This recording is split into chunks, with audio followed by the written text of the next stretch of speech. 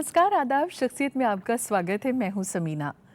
दुनिया में वही शख्स है ताज़ीम के काबिल, दुनिया में वही शख्स है ताज़ीम के काबिल जिस शख्स ने हालात का रुख मोड़ दिया हो। ऐसी ही शख्सियत है उनकी जो मौसीकी की विरासत के अलमबरदार हैं। हमारी खुशनसीबी है कि आज हमारे बीच हैं उस्ताद गुलाम मुस्तफ़ा खान साहिब।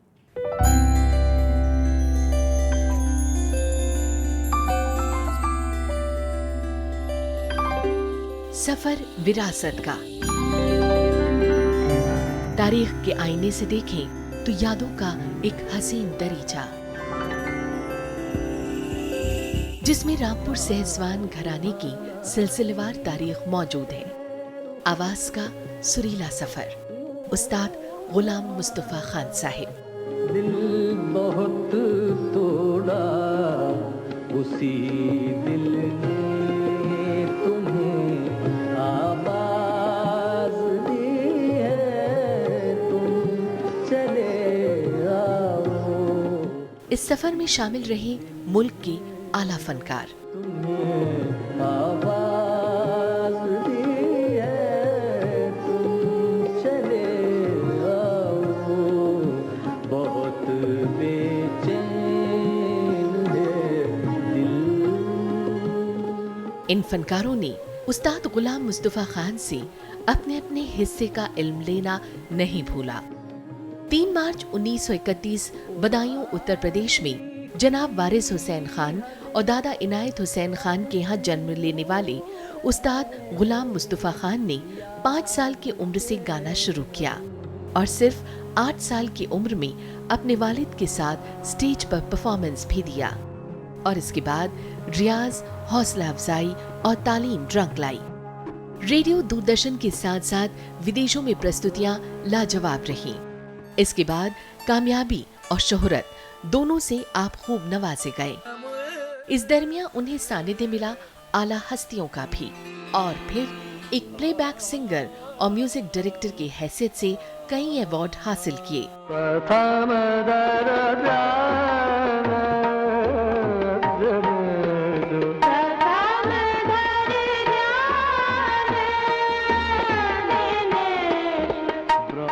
भुवन शोम, बदनाम बस्ती, द्रुत और उमराव जान काबिले जिक्र है।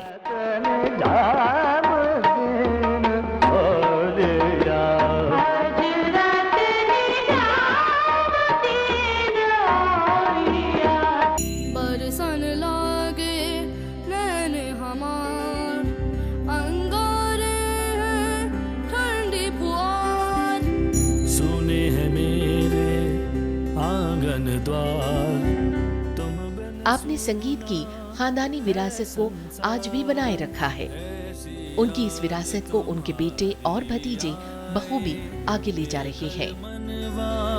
चैन न पाए छाए कारे बदरवा छाए, कौन मेरे मन को समझाए।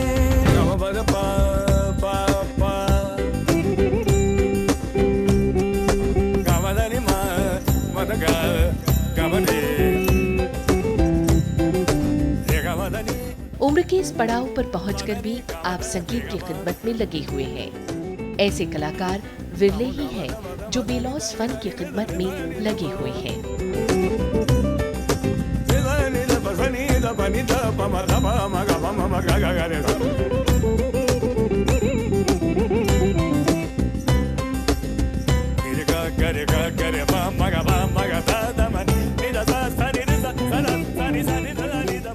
बहुत बहुत खुश आमदीद, बहुत बहुत स्वागत है आपका प्रोग्राम शख्सियत में उस्ताद जी। शुक्रिया।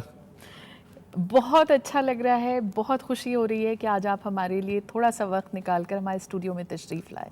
मुझे भी बहुत अच्छा लग रहा है। ये ज़रूर हम जानना चाहेंगे कि आपका बचपन कैसा था, आपके वालिदैन ने आपकी परवरिश जिस तरह से की उसके बारे में, और छुटपन के कुछ प्यारे से वाक़े अगर हों तो ज़रूर हमारे साथ शेयर कीजिए।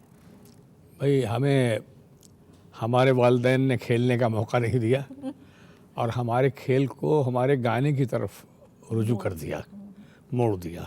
हमारी वालदा हिंदुस्तान के बहुत ही मायनाज और बड़े गवैये उस्ताद इनायत हुसैन खान साहब सहसवान वाले की साहबजादी थी और हमारे वालिद साहब उनके भाई के लड़के थे, तो उनकी ये इच्छा हुई कि हम गाएं। तो हम जैसा थोड़ा सा बोलने की कोशिश करने लगे, तो हमारे वालिद साहब ने हमें सीने पे लिटा लिया और सारे गामा कहलवाना शुरू किए। और सारे गामा की जगह हम अल्फाज न बोल के या करके कुछ करने लगे। तो वहाँ से हमारी तालीम का सिलसिला शुरू हुआ और फिर हम थोड़ा और वो हुए तो फिर पढ़ना उर्दू हिंदी। और उसके साथ में जब हम वहाँ से लौट के आते थे तो हमारे वालिद साहब ने सख्त ताकीद कर दी मोहल्ले के बुज़ुर्गों से भी कि ये बाहर देखें तो इनको डांट के अंदर कर देना।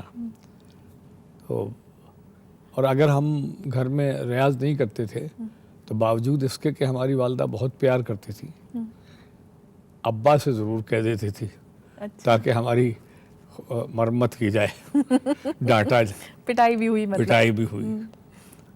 तो बहरहाल वो उनकी डांट और वो पिटाई जो है वो आज मेरी ज़िंदगी का संगे मील है, बहुत बड़ी नेमत है। वैसे अगर देखा जाए तो फिर आपकी फिर बाकायदा तालीम शुरू हुई होगी। किन किन उस्तादों से आपको सीखने का मौका मिला? सबसे पहले तो मेरे वालिद साहब ने मुझे सिखाया और उसके बाद मेरे ताऊ उस्ताद फ़िदा हुसैन खान साहब, और उनके इंतकाल के बाद उस्ताद निसार हुसैन खान साहब से सीखा मैंने। माशाल्लाह। बस सारी मुकम्मल तालीम उन्हीं लोगों ने मुझे दी है और इतनी अच्छी तरह से रियाज़ कराया, इतनी अच्छी तरह समझाया। वालिद साहब ने भी, ताऊ साहब ने भी और खान साहब ने। मयार क्या था, किस तरह से शुरुआत की जाती थी, या जब सिखाया जाने शुरू किया जाता था तो क्या कुछ होता था उस दरमियान? सबसे पहली चीज़ ये है कि रियाज खूब कराते थे और सुरों का ज्ञान। जैसे हमारे घराने में उस्ताद बहादुर हुसैन खान साहब की सरगमें हैं, तो उससे सुरों का ज्ञान, नोटेशन बहुत अच्छी तरह मुकम्मल हो जाता है। मेहनत करना पड़ती है और वो हमें बहुत जल्दी आ गया हमारे बुज़ुर्गों की मेहनत से। यकीनन जब आप सीख रहे होंगे और उस वक्त आपके आसपास बहुत बड़े बड़े कलाकार भी रहे होंगे और आपने उनको देखा भी होगा, सुना भी होगा, तो उनसे जुड़े कुछ वाक़े अगर याद आते हो तो ज़रूर हमें सुनाइए। जब हम सीख रहे थे तो हमारे घर में ही इतने बड़े कलाकार थे। हमारे ताऊ उस्ताद फ़िदा हुसैन खान साहब, उस्ताद मुश्ताक हुसैन खान साहब, निसार हुसैन खान साहब। उनकी सोबत में और उनका गाना सुनने के बाद में हमें बड़ी प्रेरणा मिली, बड़ा हौसला बुलंद हुआ। और जब हम 1950 में ऑल इंडिया रेडियो लखनऊ से प्रोग्राम करने लगे तो उसके बाद में बाहर निकलने के बाद में उस्ताद गुलाम अली खान साहब, अमीर खान साहब, पंडित ओंकार नाजी ठाकुर, पटवर्धन जी, सब, कृष्णराव शंकर पंडित जी, इन सब से को देखा। और उस्ताद हाफिज़ अली खान साहब, अलाउद्दीन खान साहब, ऐसी ऐसी बड़ी शख्सियतों का दीदार हुआ। उस्ताद लोग इस तरह से तालीम देते थे कि जो भी गाना बजाना सुना जा रहा है उसका नोटेशन, उसकी समझ अच्छी तरह पैदा हो जाती थी। आज सीखने वालों में मैं समझता हूँ इतना सब्र नहीं है। और आपका अच्छा पहला परफॉर्मेंस कहाँ हुआ था? सबसे पहला परफॉर्मेंस बदायूं में। उस ज़माने में विक्टोरिया गार्डन हुआ करते थे, तो बदायूं यूपी में अली मखसूस साहब चेयरमैन हुआ करते थे और वो हर साल जन्माष्टमी का प्रोग्राम कराते थे। और हमारे यहाँ ये रहा कि भाई जो गाना बजाना सीखने के बाद सबसे पहले जन्माष्टमी में प्रोग्राम पेश करते थे। अच्छा। तो हमारी उस वक्त उम्र थी 8 साल की, तो जन्माष्टमी में हम गाए और बड़ी हमें दाद मिली, इनक्रेज किया सब लोगों ने बहुत। तो ये उन लोगों का बड़प्पन है और आज उसकी बदौलत ही हम यहाँ तक पहुँचे।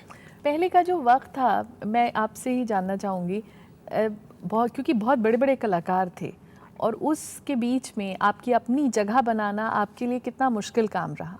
बहुत मुश्किल था, लेकिन एक चीज़ है, ये इंसान के बस का काम नहीं है, अल्लाह की मेहरबानी पर है।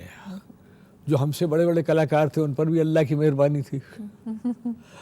तो ये बड़ा उसका एहसान है। मुश्किल दौर देखना पड़ा आपको?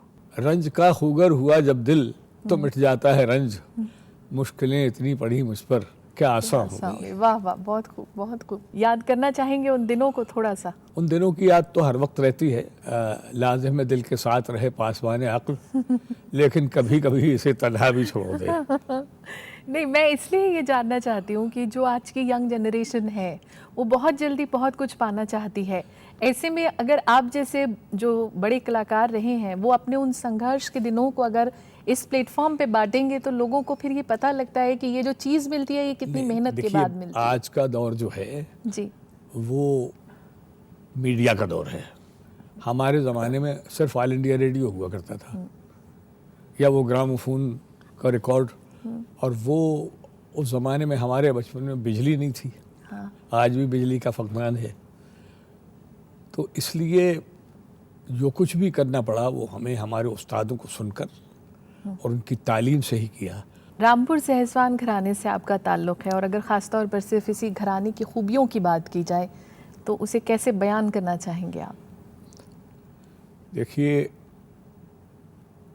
हर घराने में बहुत अच्छी खूबियाँ हैं, और हमारे घराने में एक जो वो है, जैसे मैंने कहा कि अब बड़े बड़े उस्तादों की सरगमे हैं, और कुछ मुहर्रम में गाए जाने वाले सोज़ मरसिए हैं। उनकी बंदिशें इतनी अच्छी हैं, इतनी खूबसूरत हैं कि हमारे यहाँ गाने बजाने में बोलते हैं गला निकालना। अच्छा। ये एक परिभाषा है। तो उससे गला जो है वो बहुत कंट्रोल में आ जाता है। कोई एक बंदिश अगर आप थोड़ी सी गुनगुनाना चाहें हमारी ऑडियंस हाँ, के लिए। देखिए, वो एक बंदिश है जो मैंने अभी गाई थी इसमें, और मेरे बच्चों ने भी गाई थी और मेरे पोते ने भी गाई थी। फैज़ मुस्तफ़ा। अच्छा। बलमा बलमा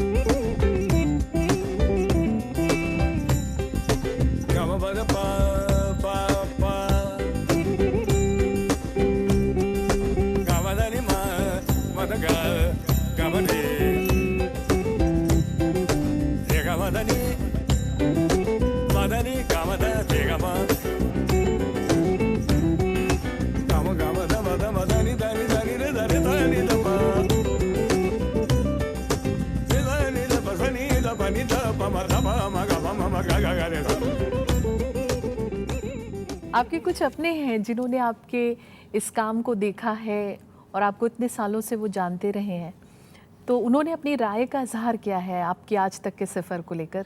आपको हम दिखाना चाहेंगे उनका क्या कहना रहा। आइए देखते हैं।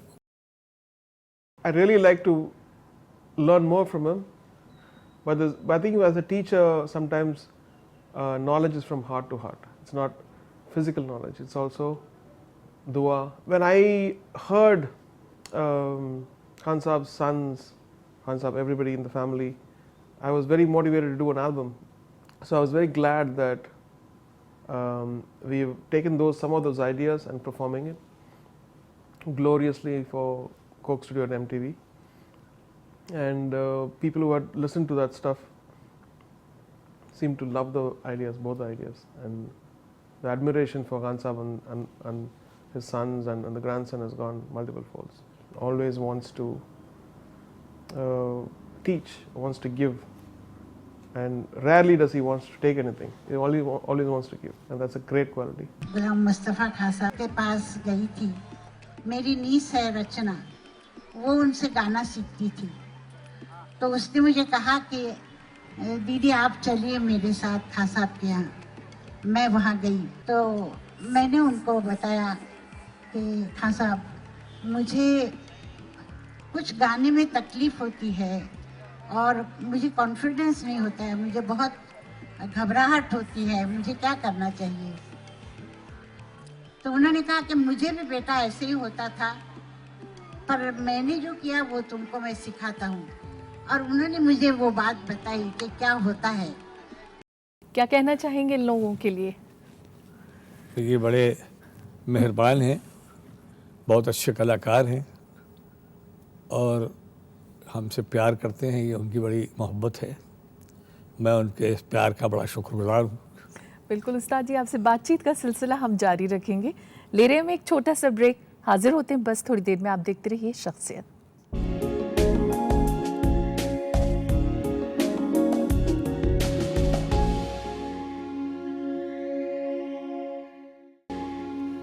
और ब्रेक के बाद शख्सियत में आपका एक बार फिर स्वागत है। हमारी खुशनसीबी है कि आज हमारे मेहमान हैं उस्ताद ग़ुलाम मुस्तफ़ा ख़ान साहिब। उस्ताद जी, जब बातचीत को थोड़ा आगे बढ़ाएं और रेडियो के दिनों की बात करें, चूँकि आपने खुद ही बताया कि रेडियो एक बहुत पावरफुल मीडियम रहा उस वक्त, तो उस वक्त के माहौल के बारे में बताइए और रेडियो ने जितना कुछ कलाकारों के लिए किया उसे आप किस तरह से देखते हैं? रेडियो एक बहुत बड़ा इंस्टीट्यूशन था, तालीम घर कहना चाहिए, और सीखने वालों के लिए सबसे आखिर मंजिल थी कि उनका ये सोच थी कि हम रेडियो से गाएंगे। और रेडियो में स्टाफ आर्टिस्ट रहते थे, 3-3 दफ़ा प्रोग्राम होते थे, सुबह, दोपहर, शाम के टाइम, रात में। तो एक बड़ी चहल पहल रहती थी। अब वो माहौल ख़त्म हो गया है।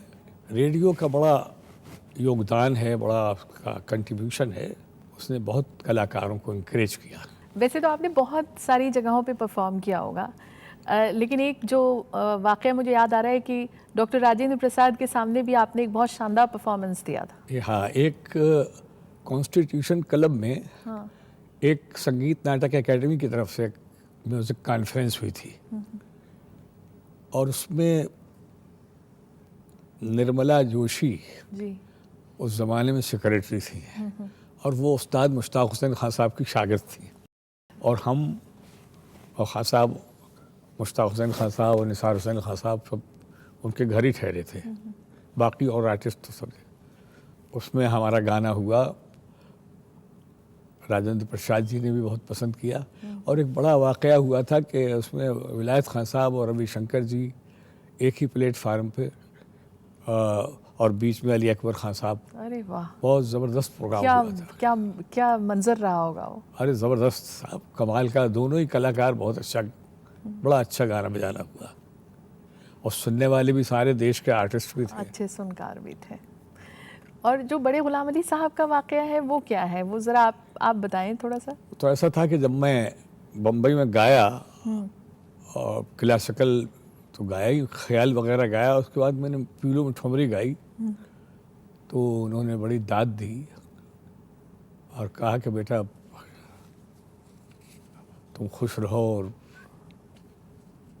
और इसी तरह से बढ़ते जाओ। मेरे सर पर हाथ फेरा और प्यार किया। इतने दुबले हो ये भी कहा था? हाँ, कहा कि इतने दुबले पतले हो, कहाँ से गाते हो? मैंने कहा आपकी दुआएं हैं। आपने बॉलीवुड में भी तो बहुत अच्छी प्रस्तुतियां दी, तो वहाँ काम करने का तजुर्बा कैसा रहा बॉलीवुड के साथ? बहुत अच्छा रहा, उन्होंने बड़ी इज्जत दी। मेरी सबसे पहले मैंने जो फिल्म में गाया वो मराठी फिल्म थी, छंद प्रीति सा। अच्छा। फिर एक लावणी है, चीज़ है जी, गाने की किस्म, उसकी एक लाइन थी, सुंदरा मना मदे भरली, उसमें मैं गाया, बहुत पसंद किया गया। फिर वहाँ से मैं नूरजहाँ में गाया, बदनाम बस्ती, उसका एक गाना बड़ा वो हुआ था, सजना काहे नहीं आए। हाँ। नूरजहाँ में एक पर्शियन वो था, नूरजहाँ में क्या था, पर्शियन में क्या था? वो उसके बोल थे, मर्द खुदा ब मशरक़ व मग़रिब गरीब नीस्त, चंदा के मीर अवध हमा मुल्क खुदाए ऊस्त। अच्छा। इसका मतलब यह है कि ए मुसाफिर, तू अपने आप को कहीं मुसाफिर मत समझ, क्योंकि तुझे और इस दुनिया को बनाने वाला एक ही है। वाह। बातचीत हम आपसे जारी रखेंगे, लेकिन कुछ और आपके अपने हैं जिन्होंने अपनी राय का इजहार किया है, आपको दिखाते हैं उनका क्या कहना रहा। आइए देखते हैं। मैं तो कहूँगा कि मैं उनके I am like his eldest son and I've been with Khan Sahab for the last 30 years. So I know Khan Sahab for 30 years, and whatever I sing, whatever I am is because of Khan Sahab. जो भी उन्होंने सिखाया, he is a legend of Hindustani classical, especially ख्याल गायकी, and we are all honored, privileged, lucky and proud to be his students and be associated. Khan साहब को मैंने पहली बार सारेगामा में जब मैं एंकरिंग करता था तब देखा था। तब इनको जब मैं फर्स्ट टाइम मिला तो मुझे लगा था कि मैंने अपने उस्ताद को देख लिया है पहली बार। मेरे दिल में बहुत इच्छा थी कि मैं किसी बहुत गुणी इंसान से सीखूं। 97 में फर्स्ट टाइम मैंने इनसे गंडा बंधवाया और मैं इनसे सीखना शुरू किया, विधिवत सीखना शुरू किया। जो कुछ भी मैं इनसे ले पाया, जो ये मुझे दे रहे थे और जो मैं इनसे सीख पाया, मेरी पूरी गायकी बदल गई, मेरा रियाज का तरीका बदल गया। और गुरुजी से मिलके मुझे रियलाइज़ हुआ कि अगर ये मुझे ना मिलते तो शायद जो मैं आज गा रहा हूँ उसका आधा भी मैं नहीं गा पाता। सचमुच बहुत सारी चीज़ें जो उनके पीठ पीछे उनके बारे में हम कहते हैं वो आज कह सकते हैं, लेकिन मैंने भी अपने पिताजी को खोया व्हेन आई वाज अबाउट 14, और उसके बाद कई साल तक यूं ही सोचता रहा कि बस यही है। लेकिन गुरुजी को पाकर I found my father back. I have such a wonderful father and I am such a horrible son. Guruji से बहुत कुछ सीखने मिला है और अब तो शुरुआत है और बहुत कुछ सीखना चाहूँगा। क्या कहना चाहेंगे इन लोगों के लिए आप? बड़ी मोहब्बत है उन लोगों की, हमेशा से ही है। मैं बड़ा शुक्रगुजार हूँ कि उन्होंने इस वक्त भी मुझे मोहब्बत में याद रखा। मुझे ये बताइए कि चूँकि आपने अभी हम फिल्मों की बात कर रहे थे, भुवन शोम और उमराव जान, अगर इन दोनों की बात करें तो दोनों बिल्कुल अलग एक अलग पृष्ठभूमि से आती हैं। बिल्कुल। तो इन दोनों में काम करने का तजर्बा और वहाँ पर जो संगीत था उसके साथ आपकी। भुवन शोम मृणाल सेन जी ने बनाई थी, इसका म्यूज़िक राघव राव जी ने दिया था। वो फिल्म डिवीज़न में म्यूज़िक डायरेक्टर थे। जी। नूरजहाँ का फिल्म मोहम्मद शफ़ी साहब ने दिया था। उमराव जान में आपने क्या पेश किया था? हाँ, उमराव जान में मैं झूला गाया था। झूला किन्ने डाला रे हमरे झूला किन्ने डाला रे हमरे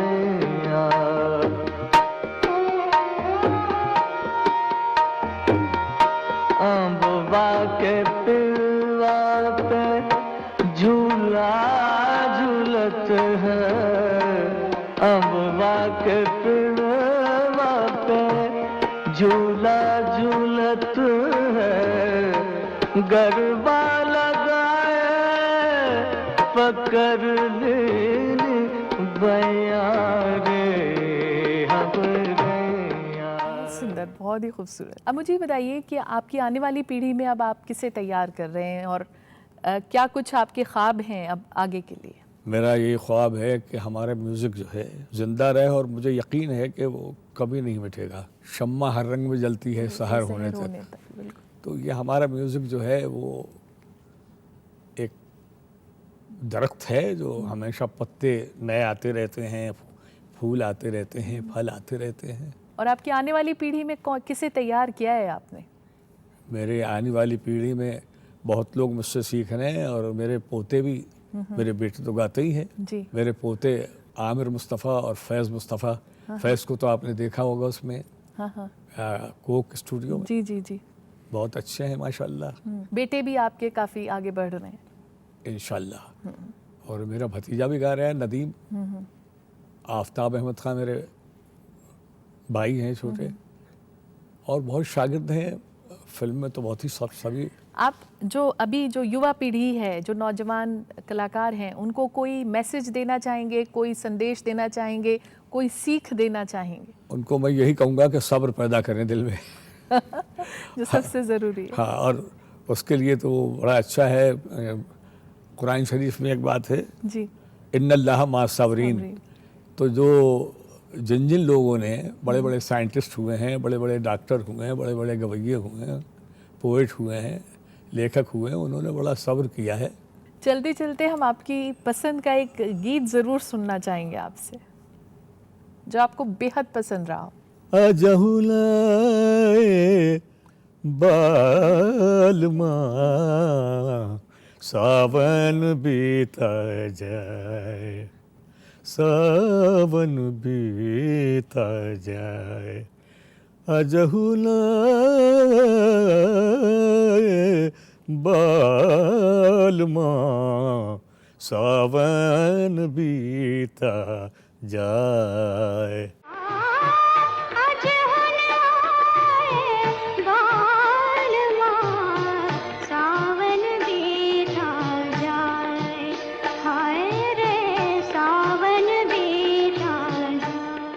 बहुत ही खूबसूरत। आप आज शख्सियत में आए, हमारे लिए इतना वक्त निकाला, बहुत नवाजिश, बहुत शुक्रिया। आदाब। और आपने हमारे देश के बहुत से सुनने वालों से बगैर देखे अनदेखे मुलाकात कराई, उसके लिए मैं बड़ा शुक्रगुजार हूँ, आपका भी और हमारे राज्यसभा टीवी का भी। धन्यवाद। बहुत शुक्रिया। तो शख्सियत में आज फ़िलहाल इतना ही। एक और ताबिंदा सितारे के साथ आपसे होगी जल्द मुलाकात। इजाज़त दीजिए। नमस्कार, आदाब।